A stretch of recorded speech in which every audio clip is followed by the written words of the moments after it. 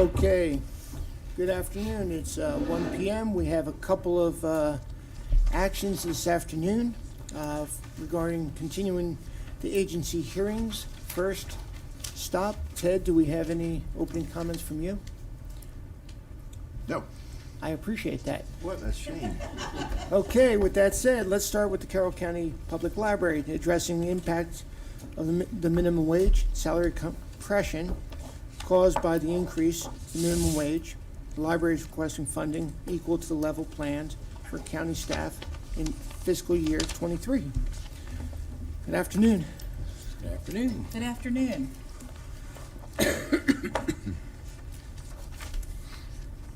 Okay, so good afternoon, all of you wonderful commissioners. Seriously now? Really, you're gonna start like that, really? Well, you know. You already did. Oh, man. Wanted to introduce who we had with us here from the library. With me here at the table is Tony Eckert. Tony, of course, our Director of Budget Analysis. We also have Bob Koontz, who's our Director of Operations, and Jen Bishop, who is the Manager of Exploration Commons. Our board members here with us today are Joyce Muller and Dave O'Callahan. So first of all, I want to start by saying thank you. Because of the consistent, sustained, and enthusiastic support of Carroll County Public Library is a highly successful community organization, a leader among libraries, not just in the state of Maryland, but nationally. And this is due in a large part to the support we have received. We are a successful organization. In the last fiscal year, as you can see on the slide, we loaned over 2 million items, including physical and digital materials. We provided over 2,400 programs, events, and classes that were attended by over 50,000 people. We hosted over 20,000 Wi-Fi sessions, which accounted for nearly 4 million minutes of Wi-Fi that the library provided. And we have 21,264 active card holders, which means that about 53% of the citizenship of Carroll County have cards. So we are a leader both nationally, in Maryland and nationally. We are one of only 3 libraries in the state of Maryland that are star-rated libraries. We are recognized by Library Journal as a 4-star library, and this honor is held by fewer than 4% of all libraries nationwide. In addition to that, we opened a new facility, in case you hadn't heard. Exploration Commons at 50 East, this one-of-the-kind facility, of which there are only a handful in the country, has been wildly successful. At last week's Public Library Association's national conference, we had over 650 people who attended a workshop on this project that we presented. In the first 3 months, you go back one. Thank you. In the first 3 months of operation, we have had 36 requests that we cannot fill from our partners for programs and for training and professional development for their staff. These partners include local scouting groups, Penmar, Carroll County Public School teachers, the Carroll County Department of Citizen Services, the Historical Society, homeschoolers, and other business and nonprofits.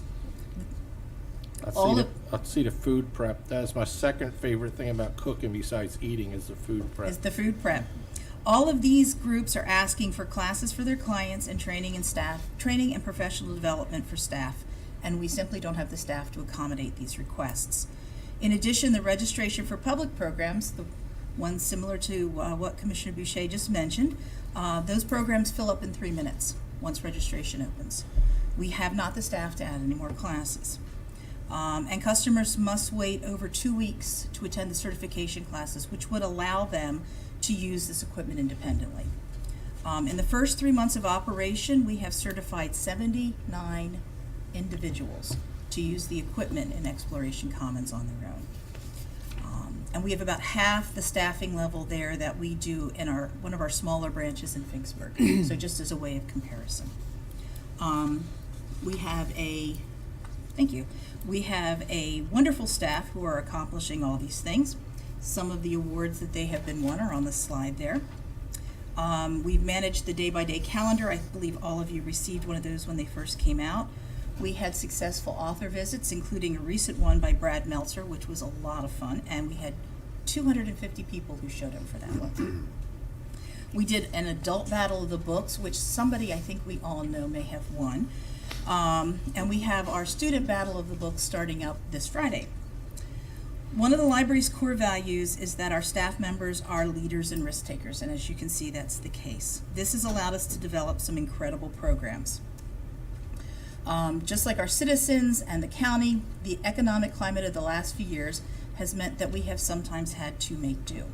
We have assessed what we do, how we do it, and taken opportunities to ensure we're using all of the funding that's provided to us in the most impactful way. So this includes things like using operating funds to match a grant that we received this year that allowed us to purchase a new delivery truck. The grant was $35,000. We were able to match that funding with some savings from our operating budget and purchase the $70,000 truck with no additional funding aside from what we already had. When Carroll County provided a raise for their staff in this current fiscal cycle, we adjusted some of our operating funds and almost came to a match for our own staff. And of course, we opened Exploration Commons without any additional staff at all. But we cannot continue to make do. As you can see in this slide, this is the county's current 5-year plan for the library. This provides for only the minimum increase of 3% over each of the next 5 years. This minimum increase will not match the current rate of inflation and means we will fall behind the county, behind other libraries, behind the market for employees. Without at least parity to the projected county wage increases, we increase the likelihood that we will lose quality people to either neighboring counties or other employers. This constraint on our budget could lead to us having to eventually reduce hours, services, programs due to reduced purchasing power and the incurred costs of continually training new staff. As you can see, it is our request that you provide CCPL with the funds to match the projected county wage increase over the next 5 years. That would mean providing funding for an additional 2.5% of payroll in fiscal years 23 and 24, and an additional 2% of payroll for 25 through 27. It may not seem like a lot, but to an individual staff member, this could be a great deal. This slide shows over the course of 5 years the difference in a mid-level manager position between the 3% and the projected county wage increases. Without the parity, at the end of the 5 years, our staff would find themselves 10.5% behind county wages. CCPL has an exemplary staff because we hire great people, we provide professional training, and we invest in them as great employees. This results in our ability to keep great people in our organization. Staff enjoy working in an innovative, forward-thinking organization, but they also have bills to pay and families to provide for. Our inability to at least match county pay rates mean that staff would have less incentive to consider making a career with CCPL. The pay divide is larger when you start to compare CCPL with our neighboring libraries, such as Frederick and Howard counties. So when you consider on top of that the current rate of attrition due to retirement, this becomes an urgent issue for us. In addition, such funding would then give us relief from the continual impact of minimum wage on all of our positions. So in summary, these are our asks. Our staff need to see the possibility for a real career at CCPL. We need to be able to provide professional employment experience for them, part of which is keeping updated pay practices. We also need additional staff. This is driven by a change in what services the community wants from its library. One-on-one assistance with computers, literacy-focused programs such as tech literacy, financial literacy, information literacy, many of which require additional staff time, and the expansions of services CCPL provides, including adult education, workforce development, life enrichment classes, many of which are being held at Exploration Commons. We are seeing an overwhelming demand by the community for these entry-level, introduction-style classes, which require dedicated staff. So finally, I want to also remind the commissioners that technology is integral to what we do. We did ask for additional tech funds in the CIP, which I do not believe were planned for. That those funds would allow us to stay current in our technology. So without that increase, we would also request that you consider a one-time funding for our tech fund that would allow us to, again, draw down off of that, which is what we've been doing over the last couple of years, and allow us to stay current on a manageable plan for technology replacement over the next couple of years as well. That is our ask. If I can start with the, I think, easier one first, and that's the one-time costs. Is this spread out across all branches? Is it predominantly in the Westminster Exploration Commons? No, actually, the technology fund right now does not include technology replacement for Exploration Commons. Everything we put in there should have a life expectancy of at least 4 to 5 years. So it would not affect our technology replacement until you get out to years 6 and 7 and that sort of thing, which don't show up in the current technology plan. This is for replacement to tech inside the branches, at headquarters, and for programming that often, like our mobile computer labs, those sort of thing that travel between locations. Okay. But while you're saying this is a one-time cost, this is starting in 24, 25, 26. It's kind of not one-time cost, or am I reading that wrong? No, we had asked for money over 5 years in the original CIP ask for technology, but that was there wasn't funding for that, so that was not put in the plan. So what we've done in the past is we've asked the commissioners, and Tony, you can step in here if you want, but we've asked the commissioners for one-time funding that goes into sort of a technology fund that we draw down on as we need to over the course of several years. So what is the one-time fund that you're asking? What's the amount? Well, these amounts, Commissioner, on the last CIP line would be the amounts that would match what we need over and above the 100,000 that's currently in the CIP. So it is, so FY24 is 379,000. Yes. Then FY25 is another 337,000. Okay. Just want to make sure I'm Yes. clear So- how this is set yes. up. Okay. So for however many years you would like that one-time fund to cover, you would just have to add those numbers together. But that's actually what it's costing us to replace technology. The $100,000 helps, but it doesn't cover everything. And so we've been drawing down on this one-time pot that's been sitting there, this bunk Right. of money. But it will be done this year. It will, with the 100,000 that is planned for FY23, with what we have, we will get through FY23. But then in FY24, we would need an amount over and above the 100,000 that's in the CIP. So as I'm looking at this, if I'm looking at FY24 to FY28, if we were to, instead of giving you so much each year because ongoing money is a problem, if we gave you $1 million that would cover all the needs up until FY28. And That's a little bit beyond. That's probably. true. Yes. Okay. You got something to say, Ted? Okay.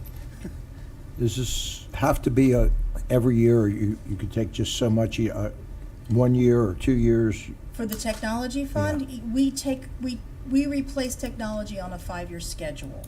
So Okay. some years it's, a certain amount, the next year it might be a little more, a little less, according to what technology costs us in that year and what Right. technology we have to replace it with.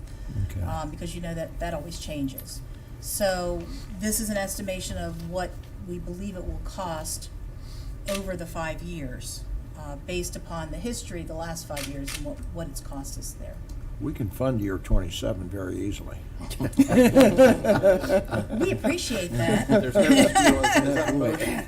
They're pulling the wool over your eyes, is it? Wow.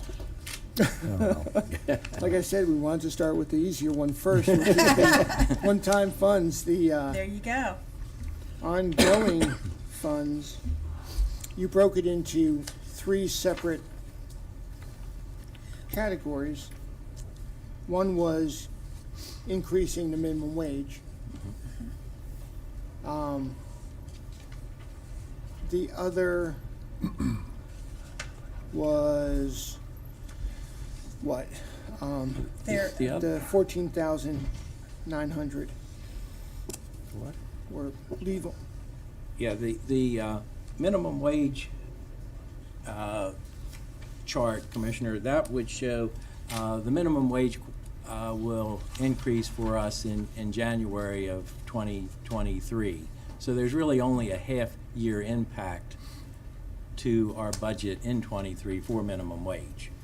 But then to support that ongoing, it would be really essentially twice that, a whole year's worth of covering the minimum wage in '24 and beyond.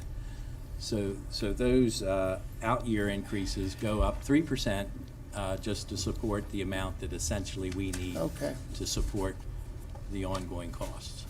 And this would be, if you did not give funding for the salary increases they were talking Yes. about, then they would say, drop back to this. Yeah. So right. if page 1 didn't occur, go to page 2. Yes. Yeah. Yes. But if page 2 occurs, you don't need page 1. That's correct. We'd really rather have page 1 though. Well, I Just- understand that, but because the way this was looking, I'm thinking you want both the, one on top of the No, other? no, Okay. it's, Okay. This- page 2 is sort of the, yeah, that's The fallback. the Yeah. fallback, All but right. that means only the staff that are Yeah. affected by minimum wage Yeah. are impacted by Okay. that request. As opposed to being able to do something for all of our Got it. staff and relieve some of the compression costs by minimum wage. And then page 3 is specific to Exploration Commons Yes. to fill, you said 3 positions, right? We're asking for 3 additional positions in that location. That should allow us to broaden the number of programs that we're offering, and possibly even bring someone on board with a little more expertise in some of the areas where we find that we're having requests for programs, but we maybe can't cover those. The positions that you have in Exploration Commons right now, you said were taken out of Hyde. We took them, we took them from almost every location Yeah. in the system. We had people who retired and we didn't fill that position, we reallocated it to Exploration Commons. We had people who left and we broke the position up into a smaller hours at the location it was at and moved hours over. It took us about 4 to 5 years to collect the 8 positions that are at Exploration Commons at the moment. It was the commitment that was made by the library when this project was presented, so we kept it. But we have found that we're successful beyond anything we could imagine. Yeah. And the demand is very great. That's great. I mean, I don't think, again, you're gonna get any argument from any one of us on its importance and value that Exploration Commons brings to the county and community, along with the library system. And, okay. Any further comments, questions? Partial funding of any of these could be taken too?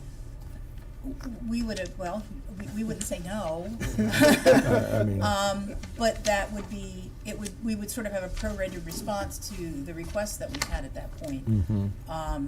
You know, we'd have to go back to the requests, both public requests and partner requests that we've had, and start making decisions on, okay, we can do these 2, but not these 2. Right.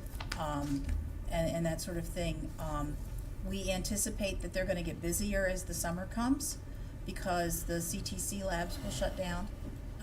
And so we'll be seeing students come in. We don't have a lot of students at the moment. Believe it or not, we're busiest in the afternoons. We have an awful lot of retired folks who are finding a second career by coming down and getting skills and starting their own little home businesses and that sort of thing, which is a great economic boom for the county.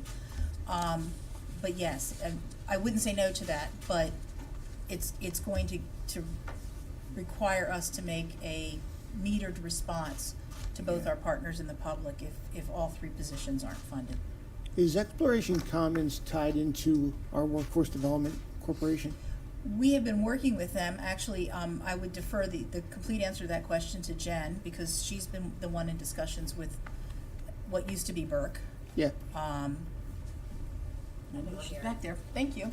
Yeah, we've been working with them. Come up to the mic, You gotta come up to the mic. for the world to hear you. That's okay. Yeah, we've been talking with them to see how we can partner and support what they're doing and, you know, work collaboratively to do that. So, yeah, having more staff would definitely help us increase capacity of what we can offer. We're getting a huge response from the community for more offerings, and we just don't have the capacity to meet them right now. Yeah. Definitely see that. I mean, again, understanding the what you want to do, but putting in place the why and how it all kind of comes together, I think is very valuable, so. Yeah, and, you know, we could certainly have, some of our partners who would also share their thoughts. I know, Bonnie at the Boys and Girls Club and Don at ARC are both huge supporters of this. They love seeing the workforce development that's going on with their clients. The Boys and Girls Club, the students they're sending over are being able to discover possible career paths for themselves that they didn't see. And the same with the clients for ARC. Those are two of the most powerful partnerships we have at the moment. Okay. And their clients just cannot wait to get in the space. Is it possible to get some funding through workforce development and to go into this? Have we We'd be more than pursued that? happy to entertain that idea. Yeah, we've talked with them a little bit to see if there's ways they can support specific programs, so we're gonna continue to pursue that. It's really just capacity for the staff to be able to take on additional projects at this time. And That a was lot of kind the, of- a lot of the grant yeah. funding does not cover staffs. I'm looking, it's a combination of monies from several sources might get to where you need to go. And sure, workforce development in the state of Maryland right now That's right. may be providing quite a few dollars, and maybe you ought to piggyback on some of those too. And so a combination of things to get to where you need to be. Yeah, Department of Commerce and Labor have dollars. Now, I'm not wanting to speak for them, but I know how I've used them in the past for apprenticeship programs, for workforce development and training. And the conduit may be through our workforce development along with economic development. So just ways to think through how to, Right. We need to make sure that those grants Okay. will cover staffing for us. Yeah. Yeah. okay. If I may, I think we've seen a exodus of the workforce through COVID, and this might play a very vital role in bringing a lot of those people back, that they miss working and they see an opportunity to learn something, or a new trade or a new expertise to go into business, and I think this is vitally critical. So the timing of this is impeccable. Thank you. Any further? Refresh my memory again on the state. Isn't the, How much we receive from the state in well, funding, or? wasn't there a percentage increase that the state is realizing this year for the library systems? We have 67,000 that we're expecting, We're expecting. new money from the state. But that, which would- that legislation No, is currently. there's no buts. No, that So- legislation is currently being debated between the House and Senate. Okay. And just a reminder, while there's nothing that requires this, our history has been to use the state funding for requiring materials for the library. Right. So that's not part of the operating picture they're looking Right. at. Yeah. Okay. And that's about 1.1 million, Commissioner, Okay. in total. Okay. Well, hopefully that goes through. I don't. We're advocating very strongly for it, but Okay. yes, there's some debate about that funding at the moment. Okay. All right. I did bring copies of the newest newsletter for you all as well, so we'll Okay, give those over thank to you. Ted and let him hand those out. Thank you. Thank you very much for your Absolutely, time. thank you. Thanks. Thank you, guys. We're all very big fans of you, by the way. You're doing a wonderful job. Thank you. Okay. Small organization called Public Works. And we have a handful of topics we want to talk about. First, dealing with solid waste. So let's talk about the Bureau of Solid Waste, the Solid Waste Enterprise Fund. Gentlemen. All right, good afternoon. This way isn't coming, okay. Thank you, Commissioners, for your time today. Public Works is here today to present our agency needs that revolve around our largest asset, our staff.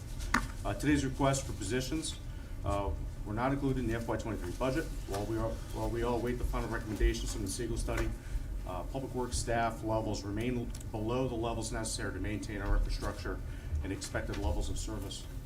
As discussed previously to the board, over the years, Public Works lost over 49 positions between the years of 2009 and 2016 as a result of the recession.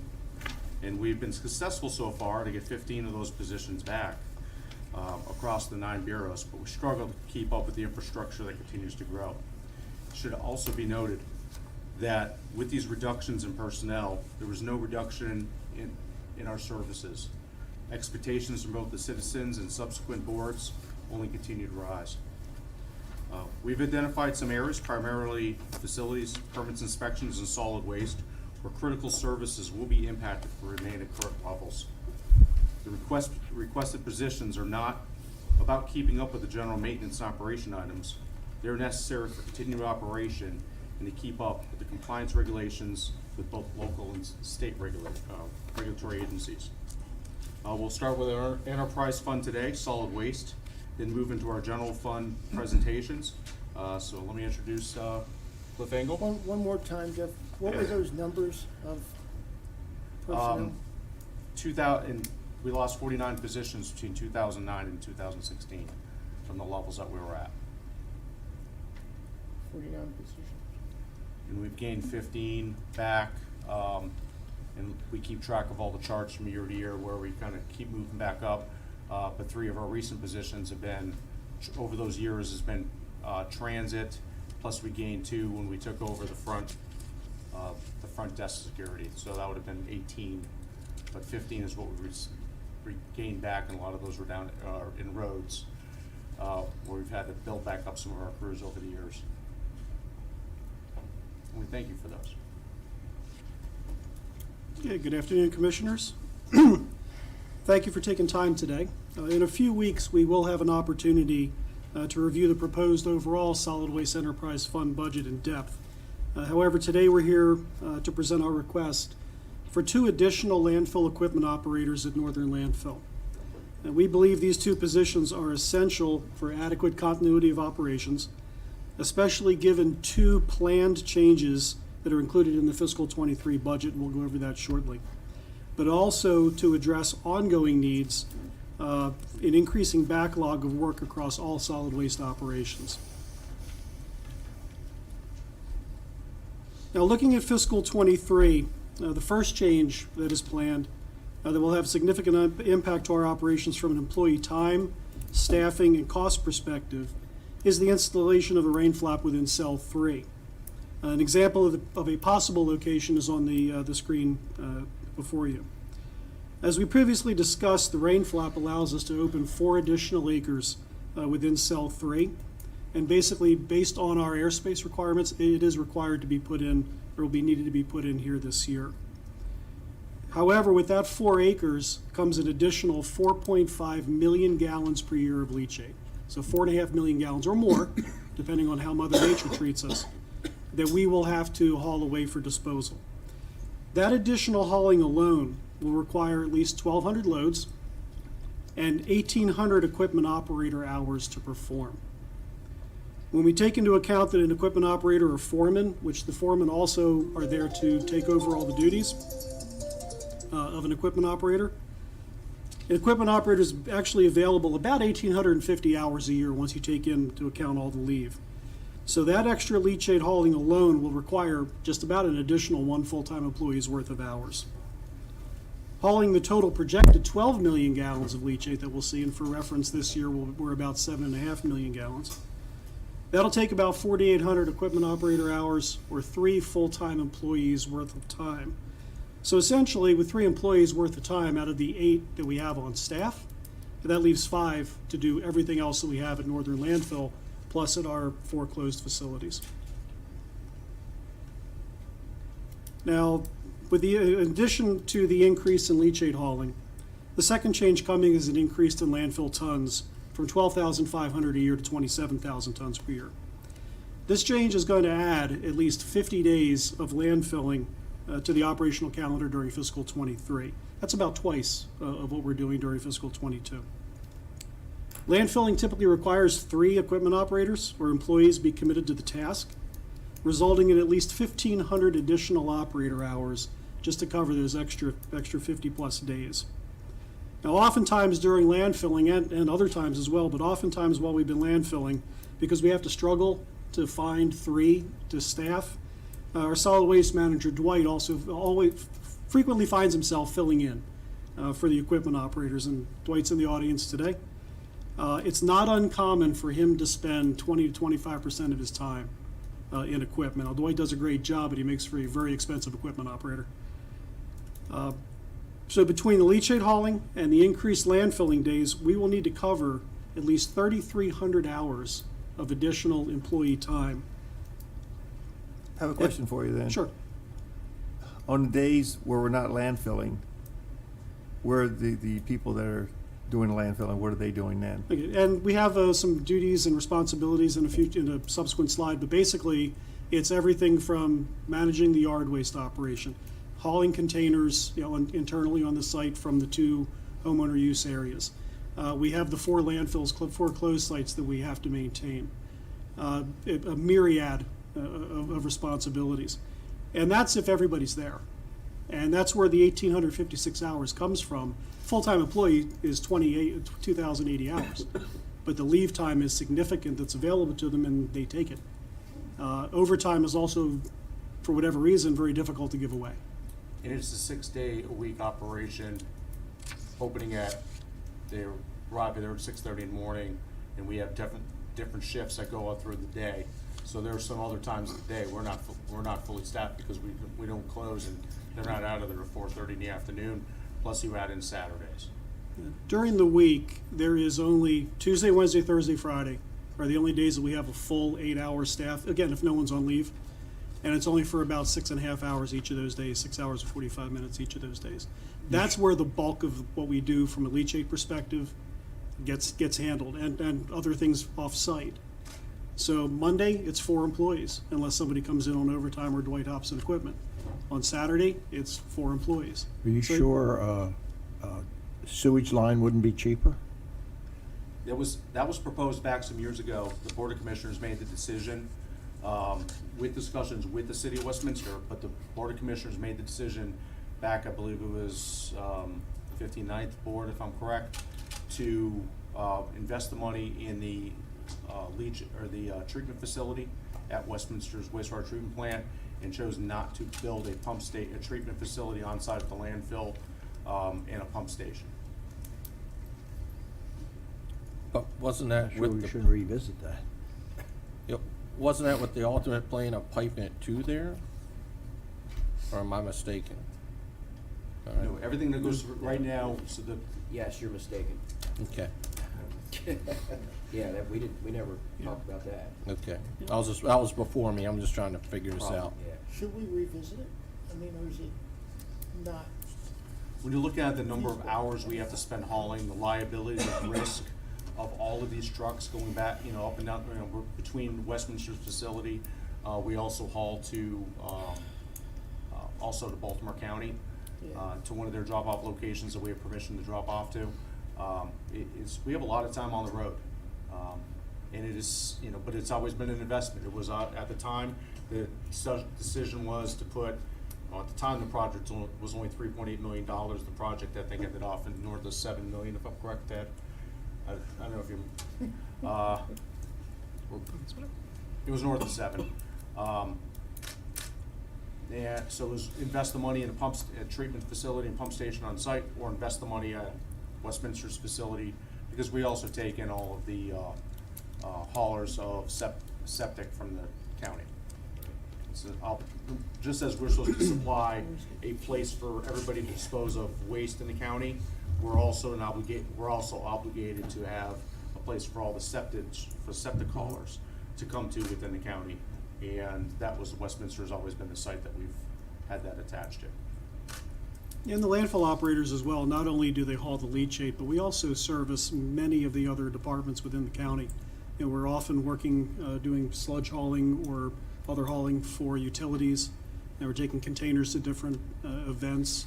So there are a number, probably north of 100, 150 trips a year Our car wash. that we do for the car wash. The car wash over at maintenance facility, you talk Runnymede pump station, or treatment facility, South Carroll treatment facility, all of those, some of the hauling also comes over to the treatment.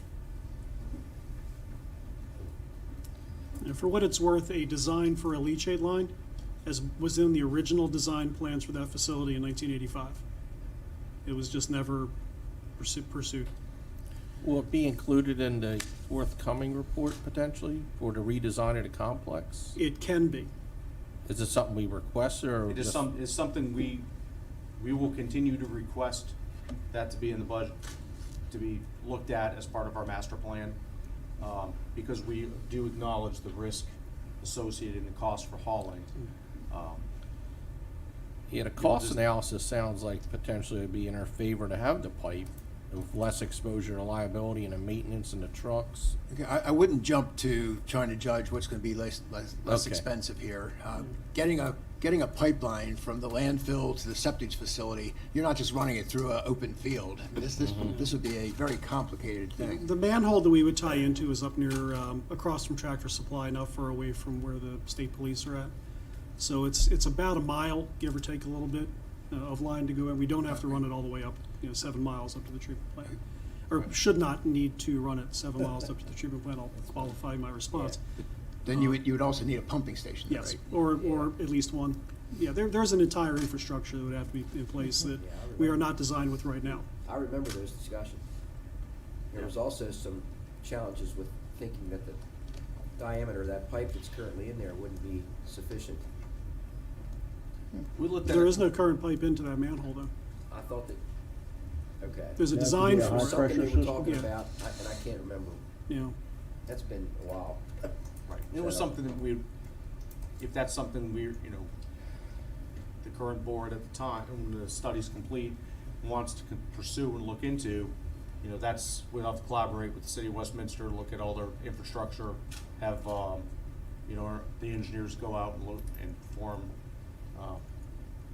look at the hydraulics of what's there infrastructure-wise. but of course, no good deed goes unpunished. That's revenue that we would be taking away from the septic fund. However, it's savings on our end. So it's, Yeah, It's and- all you have in the air, right? Right, and just so everybody remembers on that, the septic fund is also an enterprise fund with its own set of Right. revenues and Right. expenditures. So yes, one way or another, one person's loss is another's gain. Well, nowadays with the technology and angular drilling underground, you don't have to tear up all the soil. They can drill through the ground, which makes it cheaper. But they don't give it away. No, they No, don't. they Everything do costs not. money. now we have looked at some alternatives, consequences if positions are not funded. Contract leachate hauling, we did get some cost for a full-time employee with a tanker to jump in. That's around $200,000, if not more, compared to according to the information from budget, about $67,000 per year, all in for an internal operator. At this point in time, we'd be looking at staff, not additional equipment. Again, what happens down the road, that situation may change, but for right now, we would be employee utilizing existing equipment. Some of the other consequences are significant additional overtime. And whether it's our staff, Dwight, or whoever it may be, hopping in and getting things done. And that does not just necessarily, this isn't all just related to the leachate. There are all the tasks that are backlogging that we have to do across all the facilities. So there is significant additional overtime if we don't get some headcount relief. There's also an additional increased risk of violations and fines. If we don't have sufficient staff to collect blown litter, we're going to be landfilling during foul weather, or more often during foul weather than we do now. So we will have blown litter, we'll have tracking of mud, we could have dust, and those are all situations that the MDE does not tolerate, nor should we. And we would need to be making sure that we're on top of that, but the risk would increase. There's also the increase or the risk of employee morale, reduction in employee morale. Here come 3,300 hours worth of work, and we're going to expect as the current staff to do it. I think it's an understatement. I don't think it's an understatement to say that it wouldn't go over real well. But it also, it increases their overtime opportunities. If they take it, and many do not. So again, that could be mandatory overtime, which then affects employee morale. But in some cases, that can't, as we found with some of our other bureaus, while overtime is nice, it's a good way to supplement some income and be able to get some work done. You can't maintain that we cannot maintain that Correct. ongoing because we continue to see that with our staff getting burned out, and there's only so much time in the day that they will able to work in order to still sit back and be with their families. I brought up the next slide because Jeff also had brought it up earlier. This is just a quick review of what our schedule is at the facility. Essentially, we have 6 landfill equipment operators and 2 foremen. So we have 8 people, CDL, who can operate equipment and also operate the CDL vehicles. Those 8 employees are divided into 2 teams of 4 each, and those teams operate on alternating 6-day, 4-day work weeks. Each day, Tuesday through Friday, is a shift. So one shift comes in at 6:30 in the morning, next one comes in sometime after 8. Later on, the early shift leaves. What that actually means is it translates to a full staffing of 8 employees only 45% of the time.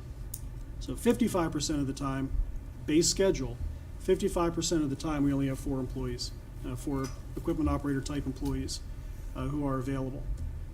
Now the primary duties of the equipment operator, and again I'm going to put the foreman in with it because they are working foremen. Leachate hauling, especially with storm impacts either during the summer, spring, summer, fall, but also during the winter when the snow melts. They manage the homeowner waste and recycling areas, again hauling containers, keeping containers compressed. Landfill disposal operations for those days that we were out there full-time or even part-time, because we can't transfer all of the waste that we take in. There are some waste classes that are categories that just really shouldn't go in the trucks on the road. We also try to man the yard waste area. The ultimate goal is to have one person there full-time. Very often we do not. And that results in illegal dumping going on, bad material going down to the company that comes in and grinds it for us. Things like breaker bars thrown into the material. Looks like a rusted bar, looks like a piece of wood, and it does a lot of damage to a grinder. And then they also do perform minor equipment and vehicle maintenance. So we do have one heavy equipment mechanic, but the operators all chip in where they can. The foremen, their priority duties, in addition to everything above, are they assign, lead, assist, and evaluate the operators. And they also course correct tasks as required during the day. How long are the shifts? Basically, the shifts are scheduled for, other than the Monday and Friday, which is a full coverage day, which is about 10 1/4 hours. The shifts are basically 8-hour days. Tuesday, Wednesday, Thursday, Friday. 8.5 because it's a half an hour for lunch. Dwight can correct me if I'm wrong, but I think each employee is scheduled just over 40 hours a week. So there's a little bit of scheduled overtime in there. But, You got the head nod back there, so we're yeah, so I'm good. Okay. I can't see him out the corner of my... He's the grand poobah. There you go. Absolutely. Secondary duties for the staff is generally site maintenance around Northern Landfill. Keep in mind, we're growing from 220 acres of ground to 526. We don't necessarily have to maintain all of that today, but at some time that is starting to grow. Blown litter collection. Litter blows not only from the landfill, but also from the homeowner area and the recycling area. Mowing, brush, and weed control. Stormwater management feature maintenance, which is increasing with the increasing regulations both at the county and the state and the federal level. Again, we also do hauling assistance to other departments in the county. General maintenance to our outside of our buildings, or maybe inside, and fence line maintenance around the facilities. And the closed sites, which are over 200 acres total, pretty much everything above, but also maintenance on the cap. And on our environmental monitoring situations, we have groundwater wells, gas collection vents. They also maintain those to make sure they're accessible. That was something that was very educational to me, is the cost of these closed landfills is ongoing. And that the EPA pays very close attention to it, and we have to monitor it. So once we close those landfills, it's still costing us probably about $250,000 a site or something annually. I'm not sure what the numbers are, but it's a substantial amount of money that we need to keep invested on these sites. It ranges depending on what's going on. A couple years ago, we had a slope failure at one of them. We had to repair another one. Currently, we're working on an area where gas monitoring it's getting close to the regulatory limits, but not but enough for that. MDE wants us to take a look at. So every time that comes up, every time there's a change in regulations or things tighten up, we have to increase our attention to those sites. Yeah, A lot of times we're doing this internally because we try to handle this internally as best as we can to reduce the number of times we're going to bring contractors just due to overall cost. And things pop up out of nowhere. I know when I did the tour out of Hoshua, Mr. Amos back there, we noticed the erosion's taking place on the cap. And if that's not addressed, it can dig eventually into the actual waste. Right. And that's Dwight and a couple staff members going out there to continue to work on that. Let's hope that, a major storm comes in, that could change our operations and bring in emergency crews. And there are things that you don't anticipate or have in your budget when they pop up. Absolutely. And each of those, closed facilities, 30 years. We are responsible for a minimum of 30 years after a facility closes. In reality, especially since they're publicly owned, it's forever. Now, the last slide, just real briefly, one of the things I've done elsewhere and here is essentially what I call a full-time employee analysis. What do we really need? And it's done by myself, Dwight with his experience, and others. It's essentially looking at either minimum or optimal staffing levels for what we do. And this is just, again, a brief method of it. Minimum 3 operators to handle the homeowner areas, minimum. 3 for leachate hauling, 3 for landfill operations, really 2 for site maintenance. We should have our own site maintenance crew that goes around and takes care of all the little things at all of our facilities. 1 for the yard waste area. And when you look at it from this standpoint, now this is not taking into account that schedule that we just went over, where people are shift work. This is simply number of bodies to do number of tasks. We're looking at a minimum staffing of 12, and again, right now we have 8. There's a second method I used for this, which really looks deeper at the hours of what's available versus the hours to do all of these tasks. That takes into account the 6-4 split, and that number's even higher. So I'm happy to share it later on, or on the side with people, but with the group. But 12 is really the minimum that we come up with as to what should be there. Again, minimum. Optimum is a little higher. Is the 8 what we have filled, or is the 8 what we have required? On the 8 is books? what we have filled, and we are at 100% staffing right now. Okay, So unlike some others, we're lucky. But the last position that we had open took us almost a year to fill. yeah, okay. I want to emphasize something. Cliff said this, but just the way the conversation went, I want to make sure we don't lose this.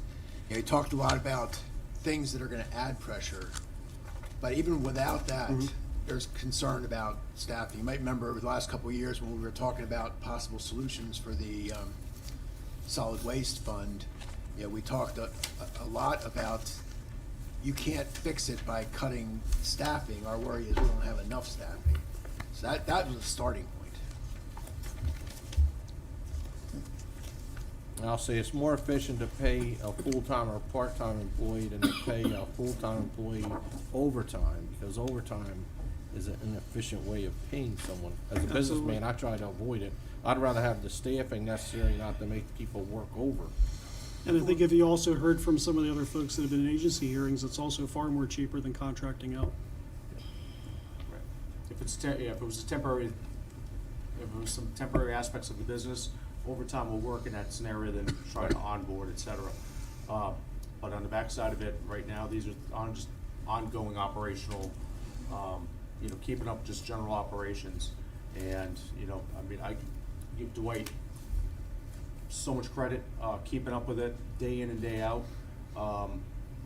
But every time I've been out there, I've never seen him in the same place for more than 5 minutes, because he's either jumping in or out of a piece of equipment, or working with the 3 contractors that we have on site, trying to manage what's going on there, or running around with staff and trying to make sure he's coordinating, especially if there's dumpsters having to be delivered one place or another. Well, he earned my respect knowing that he'll leave his office and go jump in one of their front-end loaders. Because I, as a business owner, do that on my shop floor. It's very inspirational of you to do that for your men. And again, the analysis shows a shortfall of 4. We know we can't ask for 4 employees, and I'm not going to. I'd love to, but we're not going to. And we need to be respectful of our budget and Ted's job, that wonderful job that he and budget do. But that's why we're asking for 2 at this time. See, if you asked for 4, you might have gotten half, I don't know.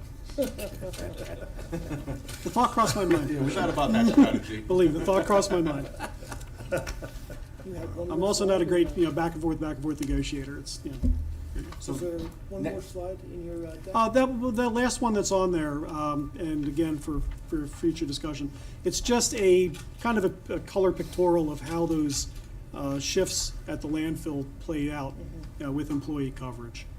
So it's just a much deeper dive if you wanted to take it, but a good Yeah. reference to have. And I know Reading these. material for dinner. Yeah, there you go. And I know Dwight and I talked about when all the schedules and things came into play. They were developed after we had the staff reductions, when we stopped doing internal hauling from our own county buildings. And staff was reduced, that's where these schedules came up from. I've seen other draft ones that have a 3-week rotation, and just more and more gyrations of this. Each time you go deeper, it's less and less full-time coverage, or full staff coverage, and they're all ugly. Or I think, as Commissioner Rothstein used the other day, painful.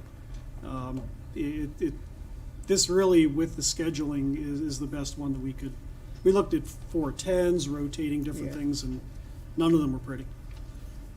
It's kind of like what the detention center has to do to keep the place fully staffed with these rotating shifts.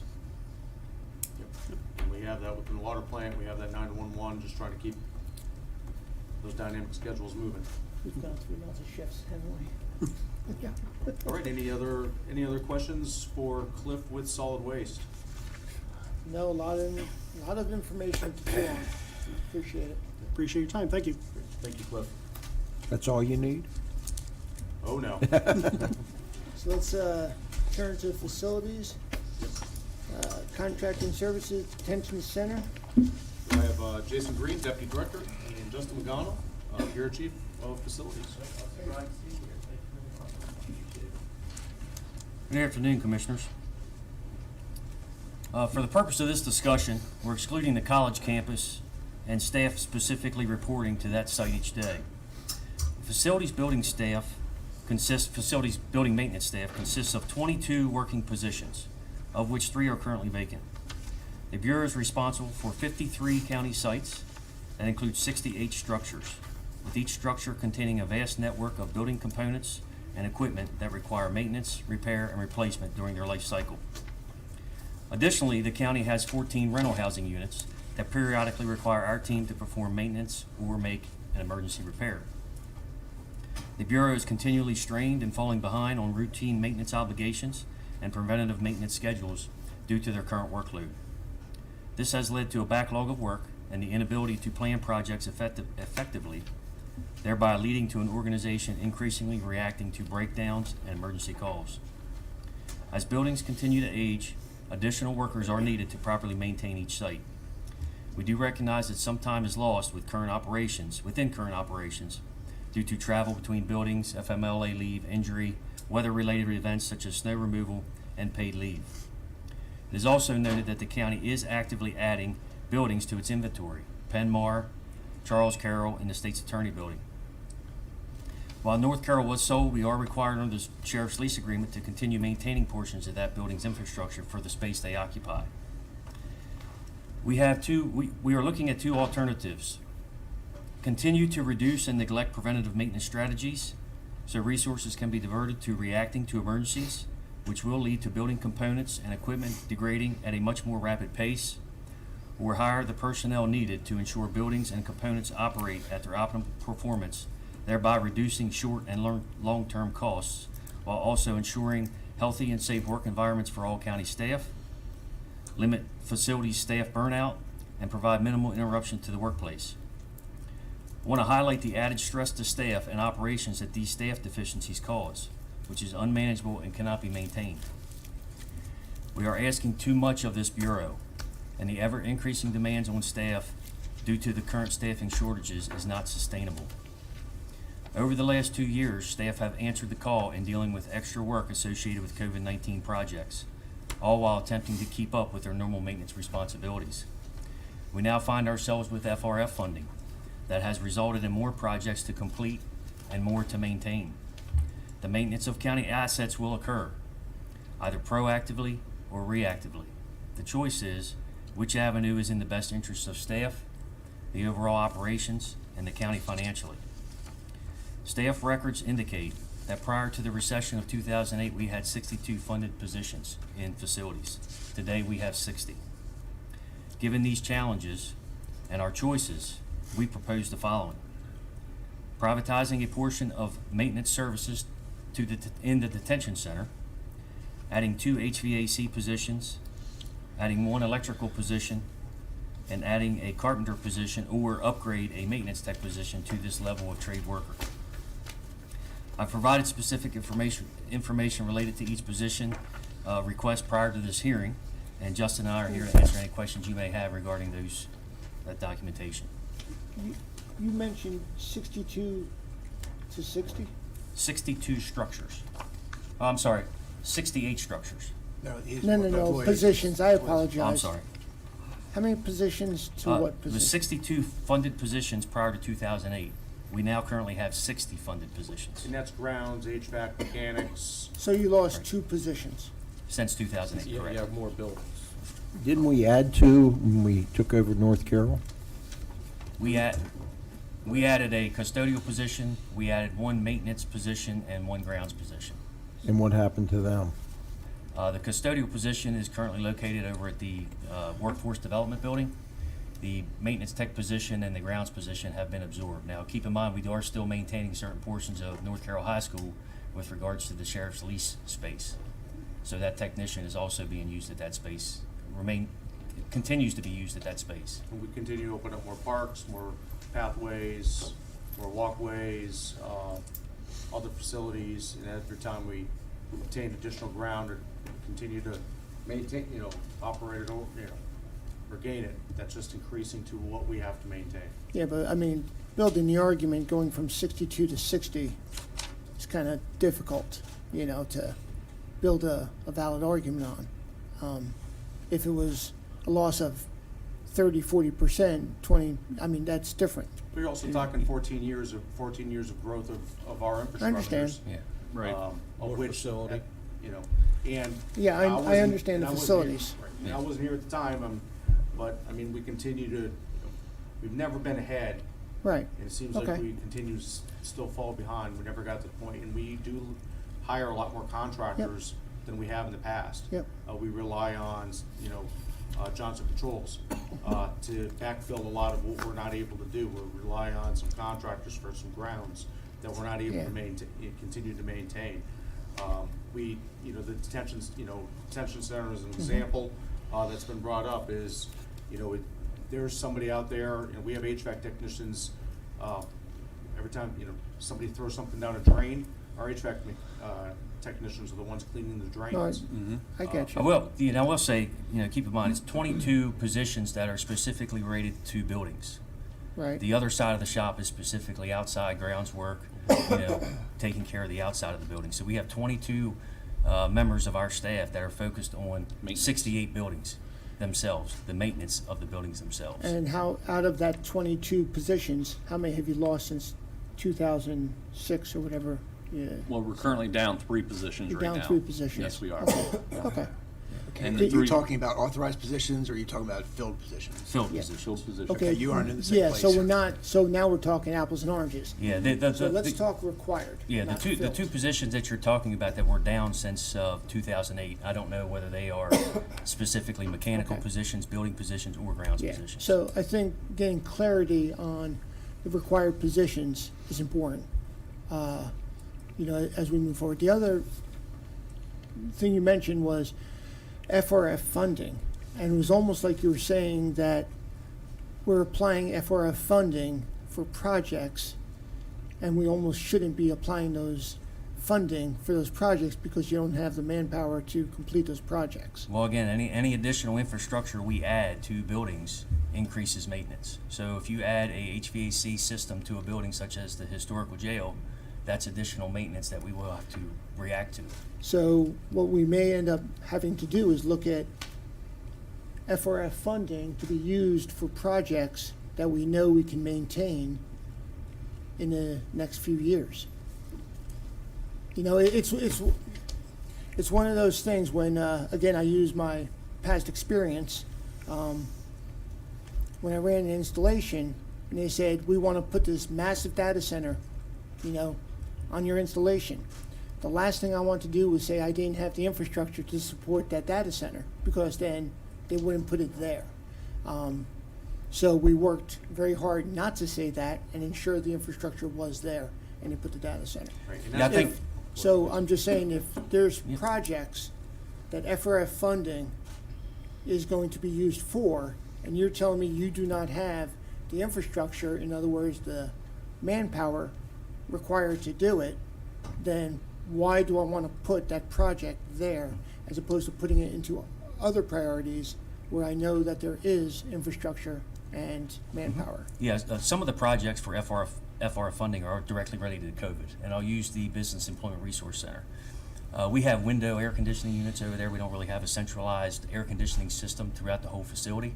So part of the FRF funding is being used to provide that centralized air conditioning system or HVAC system to support COVID, some of the COVID resources we put in buildings, such as the UVC lights, to assist with those particular pathogens and stuff like that in these buildings. So that building and the historical jail, again, they have no protection or added protection through their HVAC system because there isn't one. So part of including that as part of an FRF project was to provide the same level of protection at those particular sites that we have at our other sites. It may not sound like I'm in your corner. I am. I'm absolutely in your corner. Understand. I just want to ensure that however we're funding something, that we have the infrastructure, the ability to maintain it, sustain it appropriately. And when you said that, I was like, well, if we don't, then we could be looking at funding for other priorities that, we know there's $57 million of priorities and we allocate $32 million,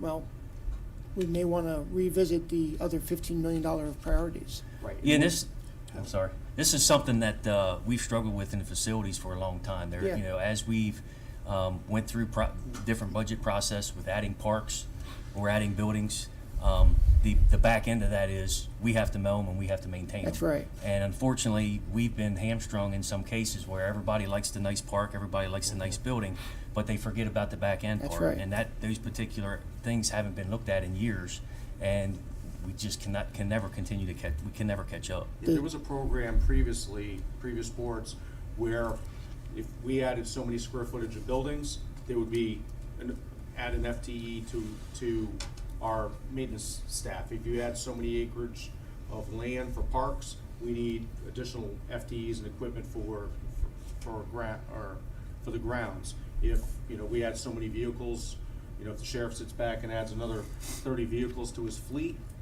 that we add, we need two more, we need one more or two more fleet mechanics to add to the facility. But as time has gone on, there's been a lot of pressures Right. from a lot of other agencies and other areas Right. that have, we got away from that model of presenting that Sure. and having that part of our regular presentations. We haven't had that ability, so Yeah, that's why we continue yeah. to be in. No, I get it. Catch It up. whittles away. I mean, that's a great academic exercise to do Yes. for all the right reasons, but the situation at hand whittles away, the ability to do that. Okay, and what Jeff was saying was real, not for very long, and roads was part of it too. If we added miles of roads, the same kind of Yeah. idea was there. And we had begun building that into the operating plan, so when we came to you with the recommendation, if there was a building and a park and whatever, those were built into the operating side. That ended with the recession. When we started getting rid of positions, it was hard to Right. say, how do you put in Right. these incremental positions? No, And we've never gotten back. okay. And I'll just mention too quickly, excluding the historical jail and the Union Mills Homestead, our buildings on average are 48 years old throughout the entire asset class. Right. So as they age, obviously additional maintenance is needed. So Yep. that's what we're also dealing with. If you have a new car, you don't need to do much to it, but you have a fleet of old clunkers, there's a lot of work that goes on with it, so. Well, I like the fact you list out specific trades that you would need. And Mr. Magano, I'm glad you're here because as a facilities bureau chief, I know your phone rings 24 hours a day, 7 days a week. Can you briefly, if your superiors allow you, express the stress you are presently under, that you're faced with, and how imperative it is that we help you out? Yeah, typical day-to-day out there facilities is nonstop. It's the phone's ringing. Everything's an emergency, and that's what we do. Facilities, we're here to fix things. We're here to help mow the yards. We're here to keep the building up to codes. We're here to maintain the facilities. But what comes with that is a lot of stress. And as our employees' numbers come down and we can't fill our positions or we need new positions, it puts more stress on my employees, which then Put stress on you. It puts stress on me, but it's almost a disease, because then it's a disease. It's an illness, and it just spreads from each person, and morale just comes down. And we're constantly out there trying to cheer everybody up and keep morale up. Meanwhile, there's just constantly more putting on facilities to keep these buildings going, to turn the lights on for you guys to come in today, for the courts, for them to have court today in courtroom 10. We need to make sure all that stuff is ready. And that's a lot of things, like Jason said, that are behind the scenes that put stress on our guys and my staff, because it does weigh on us, because it doesn't take long for the phone call to ring, and we will respond, and we are going to respond on those calls. So at any given day, we're 100 miles an hour, ready to act on any emergency throughout the county. And there's so much going on behind the scenes that we don't see, like the tours you show me in the basement, the boilers, the sealing, the roofs, the HVAC systems. There's a lot of mechanical stuff going on that keeps us all comfortable, that we all take for granted. And it's you and your staff that keeps it running Right, smoothly. and like Jason mentioned, the aging infrastructure, as the infrastructure ages, we need to grow with the times. As Carroll County grows, so does facilities. We need to keep up with the times in the buildings and supply the FTEs for our proper square footage throughout the county. Thank you. On the detention center, you're looking at contract services for maintenance of the detention center. That's correct. How many people does it take to maintain the detention center? A few years ago, just to bring up to speed, commissioners, we had one full-time employee at the detention center, 4 days a week. On that off day, our coverage would come from our facility staff going in, running calls. That position, the individual has retired or moved on. We could not fill that position. So what we had to do in facilities to keep things going is we had to pull that position back into facilities rings, hire within facilities. Now we're treating that facility like a normal building, as in work orders. Call if something goes on, put a work order in, we'll get there. If it's an emergency, we'll send a guy right now. So we had one full-time employee at that location. Okay. And if I could just add to that real quickly. No, don't. There are there are times where we have more than one full-time employee. We pull from our general maintenance staff and pull them in to assist in those situations. Okay. All right. Thank you for adding that. But it says you're looking at about $168, $168,000. I guess that's per year.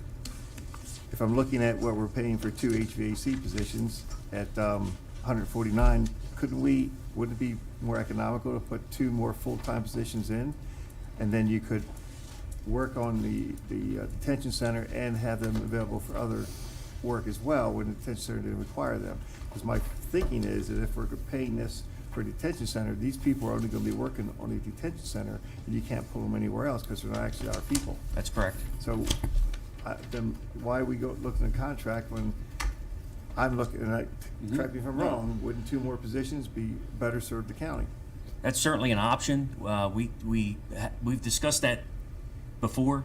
Our challenge is the detention center is a unique site. Yeah, We've had recent discussions about the training of our staff that go into that site. Right. Where the outside contractor that we've investigated, they have extensive history with working at these sites, understanding protocols and conditions, and are really set up to offer that service. Right, but we had someone working in there before did, who yes. has trained. We did, So yes. we brought 2 more people in Yes. that were trained to We work could. there. Then you could also pull them somewhere else, just that they would be the exclusive work group for the detention center. So, I mean, it just seems to me it would be better for the county to do it that way. But I'm not in your position, and I'm just looking at this paper, and maybe something I'm not looking at. But 2 more full-time employees that are trained for the detention center, the specific protocols that are needed over there. But also, you could pull somewhere else if you needed them, if they weren't needed there. One of the unique characteristics of this position is, this HVAC mechanic is also doing plumbing. They're doing some general basic electric. They're doing, anything that goes wrong with that. They're carpenter. Right. Anything that goes on within that facility, we have to have it corrected within 4 hours, because that's housed 24/7. And they have to report to the state if we don't meet that obligation. So whether it's middle of the night, weekends, et cetera, we have that staff or specialized staff have to be out there to open up or clear up or whatever might be going on. So that's also a challenge that we continue to struggle with even without this, without this person, even when the person wasn't on board, to fill in those other 3 days a week, the overnights, the evenings, because you're basically telling somebody that here's your home 24/7, and and that's what they sign up for, but they're on the same pay scale as everybody else, and they're having to do all of these specialized duties, not just if they're coming on board to be an HVAC mechanic, that if they want to go work for one of the private companies, you get hired for HVAC, you'll do HVAC work. And that's where, go ahead, Jeff, No, I'm sorry. please. But that's where facilities is quite unique, because when we go in there to the detention center for an HVAC issue, if there's a plumbing issue, my HVAC guy is gonna be doing that plumbing issue. Where, just for instance, CGL, over in Franklin County Jail, they got three full-time employees doing their maintenance.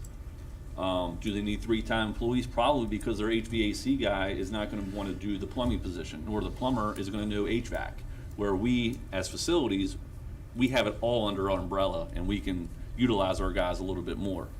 Is it right for the guys? No, it's not. They're way above and doing more than what their job duty details.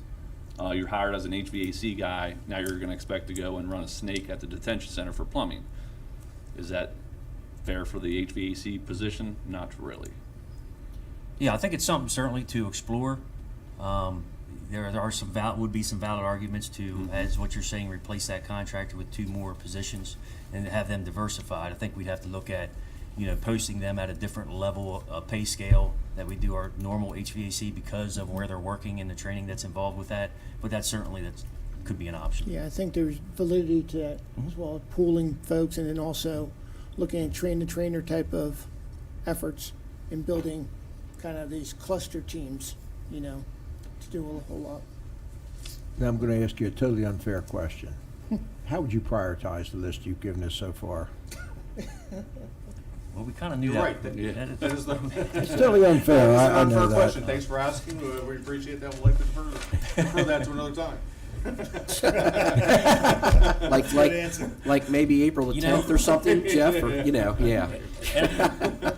And I guess the challenging thing with answering that question is it really depends on the call of the day. If we are at the height of heating and air conditioning, we need HVAC guys.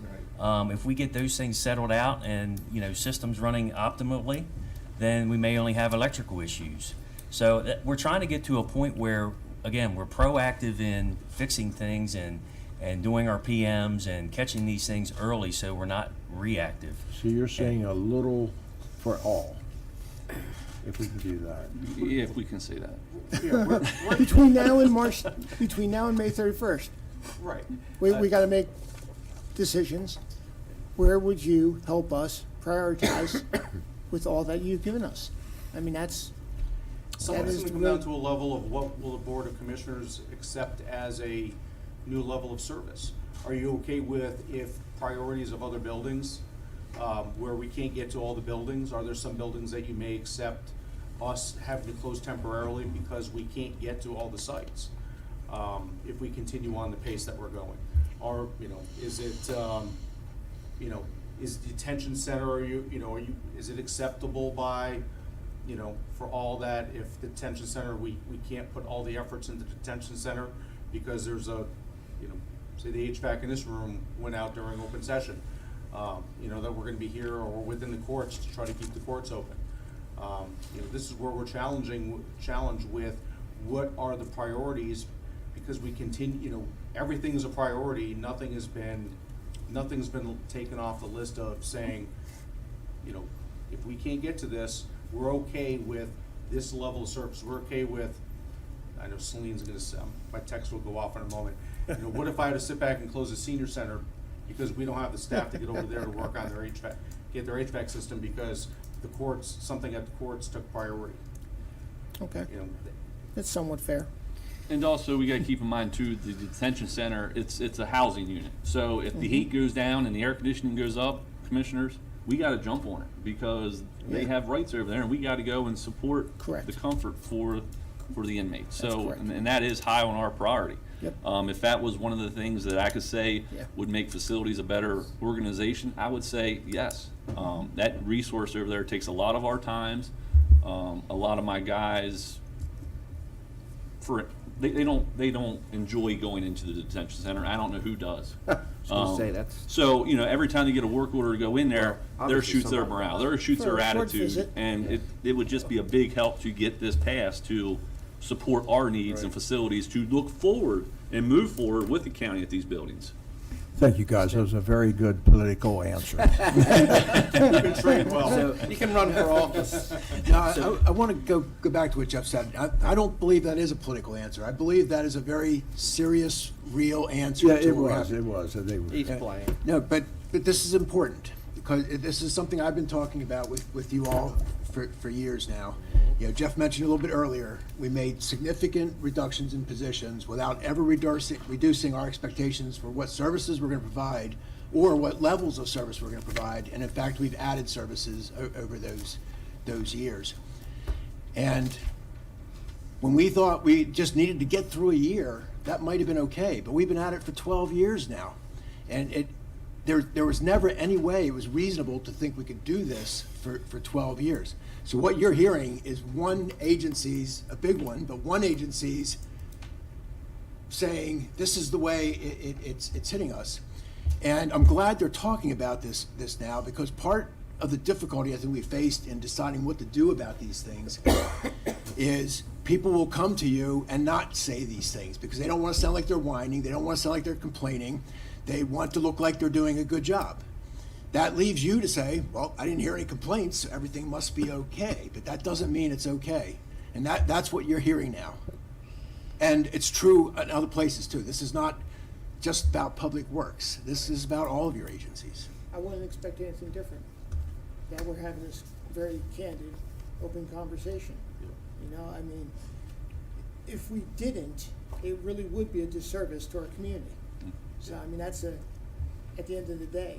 So, asking the hard questions, coming up with the hard, responses is important. And I agree with you. The detention center, there are rights that are deserving of everybody that is in there.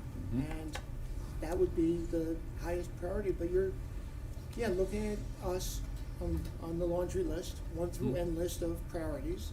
Sure, that makes sense. Yeah. And that is a responsibility that can be taken on. I think, going back to that FRF funding, just think through that. I think that's very important, is are you able to maintain and do the things you want to do with what you're saying should be funded within DPW? My expectation is yes. The challenges that are going to be associated with doing it. We're solving some critical needs for these buildings. Conversely, that's going to be additional work for staff to maintain, which just puts further stress on an already stressed operation. Is it better, but is it better for these buildings? Yes, it is. We want to see that. The pride of our staff, whether it's within Public Works or all the departments you have, the pride of our staff to sit back and make improvements, is second to none. Where we struggle is we're just trying to keep up with it. And as we move forward in just managing the FRF projects, we all know there's a lot, we're all happy, commissioners, you always say free money, other people's money is always great when we can get, we can get it. But it comes with challenges. It comes with, it comes with time, it's time, money, and efforts from staff and resources. And it's tight. It's very difficult for us to maintain. Are they, has staff turned around and said, no, we don't want these projects? No. Right. Justin and Jason, just using facilities as an example because they're sitting next to me, they're gonna step up to the plate. They're gonna take care of what's needed, and they're gonna keep trudging forward. But it is right now. It is a point that we're seeing, and I think you hear this echoed throughout the county, and everywhere. I think it's not just here, but the stress on staff of we're just overwhelmed. We're just all overwhelmed. And we've got to find that relief.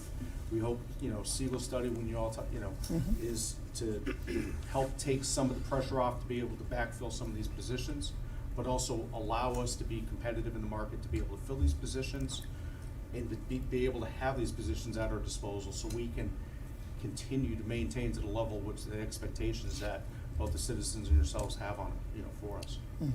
Well, maintaining their facilities is not the most glamorous part of government, but our buildings and facilities are the largest capital investments we're making. And if we don't maintain them properly, these buildings are going to deteriorate before we're done paying off the notes on them.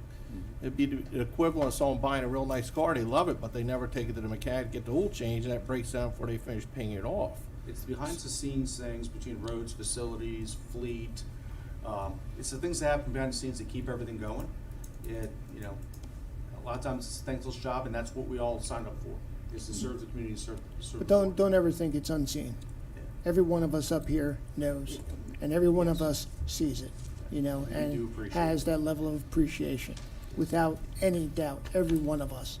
But you're right, there's no such thing as a free horse, The cheapest part about the horse is the horse, and trust me, I know, unfortunately. Okay, I think we have all the information. Any No, we other don't. comments? Okay. So I want to hear more about this privatizing. Obviously, you looked into that, and it's been glossed over, and I happen to disagree with my colleague about adding employees versus privatizing. So a couple questions about that. If you did indeed privatize, just for instance, the detention center, and you've made a point to say, if something breaks there, we're there in a half hour. What happens if you privatize that? Are you guaranteed that somebody's going to be there? Is that part of the contract with these folks? Yeah, they have a schedule based on what the need is, their response time.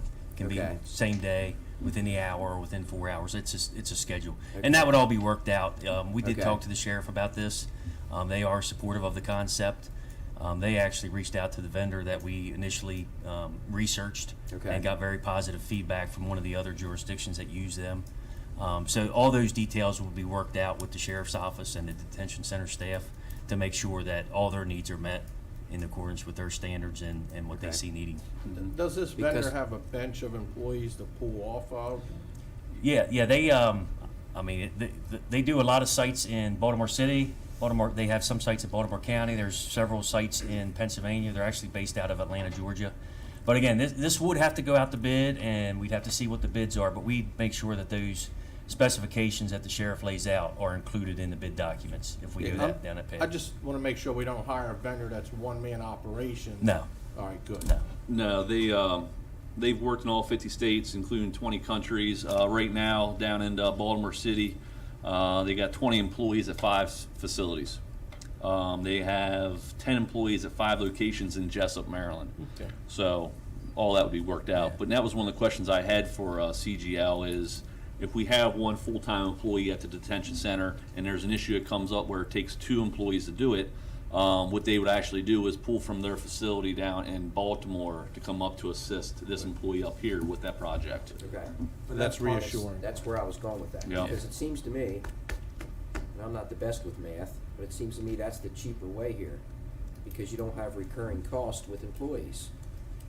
You have a recurring cost with the contract. With the vendor, correct. But you don't have to worry about that. You don't have to worry about morale because it's being taken care of. Perhaps that's the way we should look at some of these things instead of just this one. Maybe that's the way to go here. I don't know. Yeah, It seems to me that like that, I don't know how we could do that, but in this particular instance, and I don't know, maybe there's a maybe there's a company that does senior centers. Maybe there's a company that does community centers. I don't know. Yeah. A lot of it is But a unique, right, it's a unique situation we have at the detention center than we do with a lot of our other facilities. And sometimes that outside thought, that vendor or, a contractor, well, there's a cost associated with it, but for the unique facilities, these 24/7 facilities, that demand a lot of efforts, we appreciate the discussion on it because that's what that's what we're looking at also, is what's taking a lot of our time and our Right. resources. And this facility is definitely, If we eliminated that facility from your responsibility, on call or whatever you wanna call it, that would ease up a good bit of, That would ease up a lot with our department. which is why I think, we could almost look at perhaps putting some one-time money or something. I know there's a way that we could do this to hit that contract or that vendor price or whatever over the 4 or 5 years, you know what I'm saying? Then we'd have to deal with it on the backside, but at least we could at least get it covered that way. Instead of worrying about, I don't know who in the world you're gonna hire anyway that wants to work at a detention center. Well, and that's the whole reason That's- why yeah. Baltimore County, when I was talking to them in Baltimore, the reason that they went with CGL is because they couldn't hire anybody for these positions. So CGL comes in and gives them the more money that they need for those trades workers, and they're under CGL working with Baltimore County individuals, maintenance Right. team. Yeah, so they actually have obviously multiple employees in their particular facilities. So they embed the contractor, the vendor's employees in with their own employees. Okay, So they work hand in hand, and it was Right. due to they have the same issues. The pay to the trade is not there, so they struggle with filling their positions. So this was their only option to go out to Yeah. get the job done. yeah, it's an interesting concept, and I'm glad that you gave this option to us, because I think it's viable. Keep in mind, we still have work with our other vendor, JCI, within this building. They still would still maintain certain components that they're responsible for under contract. And then obviously, we still control the budget. This contract specifically would deal with just labor, so we still have to pay for any particular parts that they purchase and those type things. So that's all part of the Understood. contract. Right. Yeah. But we wouldn't have to worry about overtime with this system, would we? So that's, No, overtime would be at a different pay rate than it would be above and beyond the overall contract amount. Was that built in though? We had a certain amount, I think, built into the Yeah, it's estimate. so a trades worker to come in overtime on a Saturday just to snake out a drain or whatever. They charge $77 for the overtime rate. They would charge us on top of our fees $77 an hour I for thought that. maybe that was included in this. I think we had a set number Okay. amount put in, included in 40 this hours a contract. week. We had 40 hours built in for the whole year. But for overtime. For overtime, correct. Right here, $3,090 built in FY23 for overtime. They're on call, if you don't remember that. Yeah. And keep in mind, if we're gonna do this, like Jason said, we'd have to issue an RFP, Correct. which means we'd have to write an RFP and talk about all these kind of things, and that's what people would react to when they bid. Right. Yeah, understood. I just think in all of that I'm hearing about, I think this might be a really positive option here. And I get the discussion about, more buildings, more people. New buildings require less people, because your example of the new car, you don't have to do much to it for the first 4 or 5 years. After that, hang on. Right. So, It's like us for as instance, the people. new community center. That's pretty much gonna run itself, I would think. Somebody's gonna have to be up there to, whatever, but. Yeah, we'll but- still do HVAC filter Right, changes but for the and most basic part, stuff. Yeah. it's minor stuff that here and gone. But, obviously 10, 15 down the I road. got that, you know. I got that. But Yeah. if we can alleviate your workload and help with morale by not throwing one of our folks in that detention center over there with a company that's used to it, I'm all in. So, if there's more details on that or whatever, I'd like to see it before we get into our budget discussions. I appreciate all the homework you did on this, because buildings like people, the older they get, the harder they are to maintain. And the rest of these that you're looking for, HVAC, have we ever looked at privatizing that? I don't know that we have. I think our biggest concern with going that route completely would be just the control of a contractor who comes in here. Obviously, there's quality control. If you signed a contract with somebody for 3 or 4 years, they may only be worried about the equipment for those 3 or 4 years and making their money.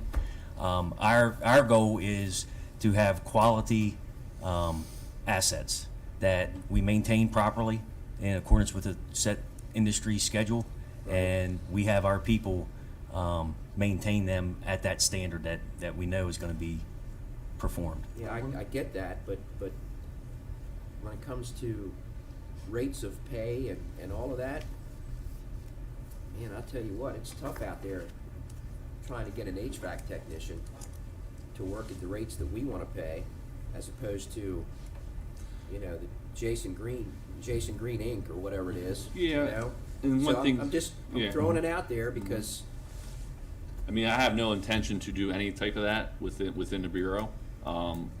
I feel it's a county building, the county employees need to have control of our own facility. We would, we're given 100% of our knowledge to support those buildings.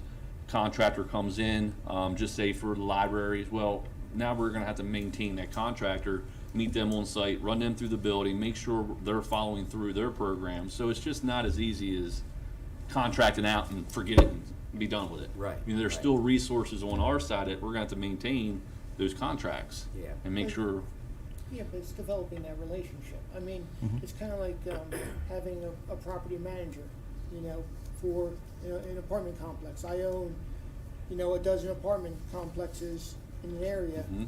I have property managers that run them, and I don't. Okay. So I apologize. Hypothetical. I don't, but it's as if but I if you owned. did. It's Yeah. as if I owned. Yeah. And it would be a property manager for the libraries or for Mhm. X. Yeah, you you know, know, I don't know. maybe it's a point of looking at the structure here, you know. And I'm not trying to eliminate employees here, Mhm. let me be clear, I'm just trying to think, or use that phrase that they don't want us to use anymore, outside the box. Be more efficient. You know, maybe it's just, maybe you have an HVAC, I don't know, an HVAC manager or something that meets the contractor on site. Gets in the truck, goes to the next site. Yeah, a lot of But the where, subcontractors are doing the work. yeah, a lot of words we've been challenged over the years from thinking down the path. I mean, and detention centers, you know, just separate from this, but to look at it globally through all of our facilities has just always been the stretch every dollar to the max that where we can. And the best way to optimize that is, you know, we bring in staff, and Justin and Jason both have been, you know, successful at hiring facility staff that, you know, they come in with some expertise and some other skills where we don't have to outsource it, where the cost, you know, you've seen it with engineering and other areas, we've had to bring in outside companies. You're going to pay for that, for those skills, where we have a lot of the staff here that we can That's- call, you know, one of the other staff members in and say, build us build the lines that we need to put onto this box, so this fits now, it works accurately. We don't have, you know, where you could be paying a premium, and we just try to stretch that dollar, whatever project that we're working on.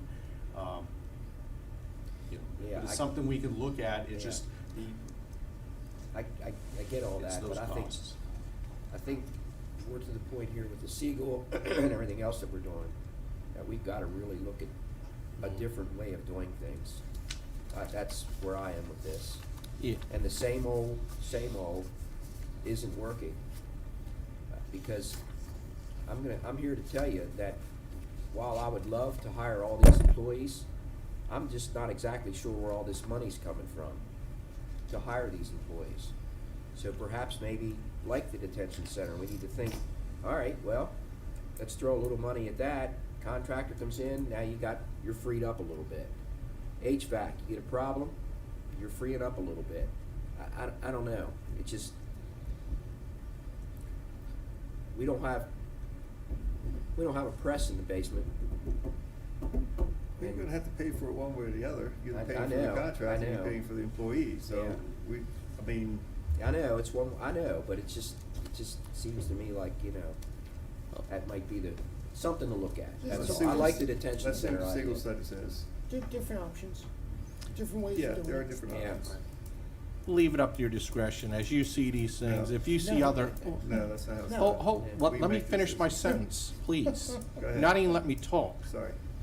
The point is, you're the expertise and you've seen the opportunity on the detention center. What I'm saying it is your discretion to look at these things as they come in front of you and determine whether you think it's applicable to do the same thing and bring it to us. And I think that's precisely what Commissioner Waynes is getting at. It's up to you guys to look at this stuff, and if you see the opportunity, we would be receptive to listen to you. Thank you. I'm not sure what Commissioner Apologize Wentz for was cutting you saying, but we don't delegate from here the budget. I don't think you understood what I said. But I'm I just think saying, they that's, do. I'm saying that's what I'm saying. Regardless of what others may think, we don't delegate our authority. I'm not delegating authority. Thank you. All right, well, it was On just, social media somewhere. it was just something to look at, you know, I like the idea, Yeah. So do I. I think it's maybe something for the future here, I don't know, No, we appreciate the discussion. We appreciate the, yeah. Yeah, the feedback, that's what we need Yeah. to, we need. I appreciate you sharing the stress you're under, because I know you keep a lot to yourself, so thanks for sharing that with us. We want to help you as best we can. Okay. Anything else? These two positions, a lead carpenter and electrician, do we have either one of those open right now? Because I know these are in addition to. Yeah. The three electrical positions we have are filled. We have Okay. no master electrician. We're Okay. unable to hire at that level. All right, and the carpenter? The carpenter position, we have no specific trade carpenter in our group. Okay. So we're looking to either add a carpenter or upgrade a position to a carpenter, which would only cost, I think, roughly about $5,000 additional per year. Okay. Okay. All right, that's all I got. Thank you very much. Anything else? Okay. You two go away. Nope. And let's talk Actually, I'm about, staying. Yep. Jason stays. oh, I apologize. It's all right. No problem. Let's talk permits and inspections. Mr. Mike Zepp is joining the table from Permits Inspections. Hey, Mike. Sure you want to come in here? I'm not. He's always welcome. So just briefly, over the past 3 years, the Bureau of Permits and Inspections has seen a 26% increase of building and trade permits. And in 2020, over 500 PIA requests, Public Information Act requests. As a result of these increases, the Bureau has been supported by resources from other areas, specifically HR and DPW staff outside the Bureau. And I just want to take the time to commend Human Resources and the other bureaus in Department of Public Works in assisting permits and in some of these, performing some of these tasks, so it has been very helpful. While this temporary strategy has been successful, these resources continue to dwindle due to other staff shortages in the county system. This has led and will continue to lead to greater delays in response time to our customers. Permits prides itself on being able to move projects forward for our customers, citizens, businesses, and contractors. Additionally, with PIA requests requiring responses within 10 days as outlined in state law, resources continue to be diverted from processing of permits to the PIA request process. This outcome will be unacceptable to those we serve and will delay projects and slow economic development. Staffing records indicate that prior to the recession of 2008, we had 27 funded positions in permits. Today, we have 24. As a result of the increased workload and demand for services, we propose the following, and that's to add one plans processor 2 position to assist with that processing. And in the supplementary information that you provided, we want to add one fire inspector position as well due to that workload increasing. I do want to bring your attention to offset permit position costs. The board could consider rescinding revenue sharing within the town-county agreements. Most municipalities charge their own fee, their own permit fee, in addition to what they collect from us through the town-county agreements. In the last 2 fiscal years, the county returned in FY21 $17,394 back to the towns, and in FY21 we returned $27,427 back to the towns. Individually, the amounts received would not have a great impact to their budgets, but collectively, the county could use those funds to support operations. So I just wanted to bring that to your attention. We do have we share 10% of our permit fees that are associated within the municipality back with them. And in some cases, they charge up to 50% of what we charge. Why do we share with them? Just because there's an agreement? I mean, Yes. what do they do for that 10%? Answer the question, Mike. I'm not really sure. Typically, they don't go out and do inspections, so. I didn't think that they did. It's a sharing. Typically, they're just, Agreed upon. typically they're just reviewing the permit application for zoning specifications, signing off on that application and sending us a copy back. Now, again, they do charge, some of the municipalities charge up to 50% of what we charge. So if we charge 100, they charge $50 on top of that, and then we turn around and give them $10 back of our 100. So that's how it's been set up. We've talked about this before. And it just never got any legs. You've got 20, you done, Jason? Yes. You've got 24 positions down there. Are they all filled? We have one electrical inspector position that's open currently, and recently one part-time plan review position open, so. Okay. Out of how many out of the 24? 24, yep. And those both were just recently vacated Okay. within the last 30 days. Yes. Probably 2 weeks, 2 within the weeks. last 2 weeks. Okay. How tough is it? What's the level of experience that you have with your inspectors? In other words, how many years service do we see with these folks? And I'm going somewhere with this. In other words, your electrical inspector been here. Were they here for a while? 3, 4, 5? When you find Yeah. somebody, do they stay, or is it a revolving door with these inspector positions? I'd say typically our inspector positions are not a revolving door. Okay. We've had pretty good success. Occasionally we do have, a short term that we do hire, but for the most part, we've got some people down there for some pretty long, Okay. good amount of years. Okay. Yeah, and with It's the. it's tough to find those folks. That's why. It is. It is. Typically, it's somebody in the industry that doesn't want to be in the industry anymore, but yet wants to still have their hand Right. in it in some Correct. sense. We spend a lot of time getting them, or getting them in, either to apply or getting them hired. But we've had success at keeping employees. Okay. In some cases, it's their second career, so they, Right. they're here for 5, maybe 8 years until the end of, until they're done working. But that also puts the challenge on, we're always having to think about that succession plan and who's the next person if they decide that, they're getting to the point of their second retirement or for the first, the first good retirement. Yeah, I think that is an advantage for the department in that, obviously the electrical and the plumbing inspectors are licensed electrical or plumbing contractors. And they have typically a lot of experience out in the field doing work because, as you said, they are ready to get out of the industry. They've worked their 30 years or whatever, and they want to still use their knowledge, but not do the hard labor portion of it. Their backs are hurting. So it does help us in our operation because we just need to uptrain on the code part. They already have all the historical background knowledge of the industry, so that really helps create an advantage for the department or for the bureau. Those tradesmen that are 50-ish, they don't want to be working so hard, but their backs hurt. Your fire inspector, full-time?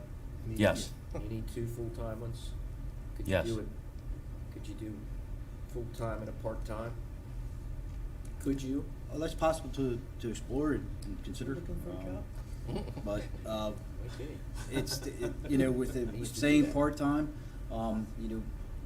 the one we have now, he has time off, so when he does, Then you don't. we have no one. Right. So, Right. And the workload only continues to increase, and in some cases, we cross-train the aspects of the position where we can, but it's very limited because of the expertise and what is required, what is needed. It's not something that we can ask some of the other inspectors they can't take care of A through T and then T through Z is by the inspector. They can only maybe do A through D on the list of things that can be looked at to report back. Commissioner Weaver said if we lessen the requirements of sprinklers, you may be able to get to halftime. On a serious note, Excella, See, is it says coming that's not along? serious. From a permits perspective, the Bureau has made great strides in getting it I've seen up to that. speed. We've been working pretty heavily with IT over the course of the last probably 4 or 5 months, and they've been working hard at fixing some of the issues that we've had with it initially, because it was a whole new system for our staff. But I think it's progressing well, again, in permits office. I don't know what other bureaus are dealing with in their particular areas, but from the permits perspective, we're getting there. May not be moving as fast as we'd like, but I know IT has some issues with resources and staff as well, so. I've talked to some of your inspectors too, and they kind of, well, we don't need those yellow papers anymore. We have this electrical system, and they still use both, I think, but they're coming along, and they like the idea. Yeah, it works very well with our contracting community, because as soon as the inspector enters his data into the inspection portal, It's there. it sends them an email, and they know immediately what's Yeah. going on, and that has saved some processes in the office as well. Contractors aren't calling in as often to find out that their inspection passed and those type things. I think, I'm hearing good things about it, so. It's working really well with the inspection part of it, as Mhm. far as, the inspectors using it. It does come with a lot of scanning and things with, for the office staff. There's a lot, and I wish everybody was using it like the contractors. That's not always the case, though. We can provide it, but it doesn't mean they're actually using it. If we can get that up, that would certainly alleviate a lot. And do we still have, somebody wants an inspection, they can do their own private, they can hire somebody to do the inspection for them, their engineer or whatever. We don't accept any of that, We do it case by case. case by case. So Yeah. if they want to pay for it, it saves Well, us money, We, right? we don't do that on a regular basis, but we do it on certain situations. Yeah. More on a reactionary, right, situation? More reactionary or large-scale jobs, Okay, things of that nature. yeah.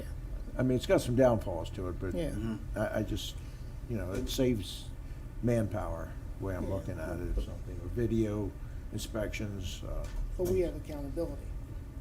I mean, the government has accountability. Yeah, well, on- we have on the accountability, and decisions that's, made, so but we if they have an to- engineer doing it somewhere, Well, a lot of it comes down to, if you're talking, the scale that we look at is more of your special inspections that you see in your larger commercial Okay, yeah. construction, where you have, a firm that may have multiple registered engineers and, highly certified, licensed inspectors. From Georges County, Montgomery County, or a couple counties that have adopted special inspection type of third-party outfits that allow them to come out to do those inspections. But it is it's a specialized industry. It's not just anybody that has a PE stamp. Right. Because you also get into the liability of what that stamp is, that, if somebody's stamping off on the structure, they have to be a structural engineer. Some people we have to be very cautious of that, because sometimes you might have civil trying to sign off on a structure, and they may have the knowledge, but if they don't have the license to go along with it. And so those are some of the challenges that you have to make sure that if it's a specialized firm, specialized third party, for the specialized situation, not just somebody's putting an addition onto a building, that's something that's handled by our experts in the field. Do we have the capability of train the trainer? Do we have certified instructors? No, we don't. We do. Or is that not needed to have a certified instructor to train somebody for certification? Well, we use internal staff to train other internal staff on responsibilities, because we do a lot of cross-training and Yeah. to help pick up those things. But as do far they- as Yeah, go ahead, I'm sorry. As far as certifications and stuff like Yeah. that, the International Code Council provides us training, or we can have access to training Okay. to train folks in other avenues. So you don't need an internal trainer, you can do it online, or you can do Correct. it That's correct. From an inspection standpoint, correct. from an inspection standpoint. Right, we do have, if we expand that out, I know, with roads, if we're doing CDL training. Yeah. We have staff from risk management. Yeah.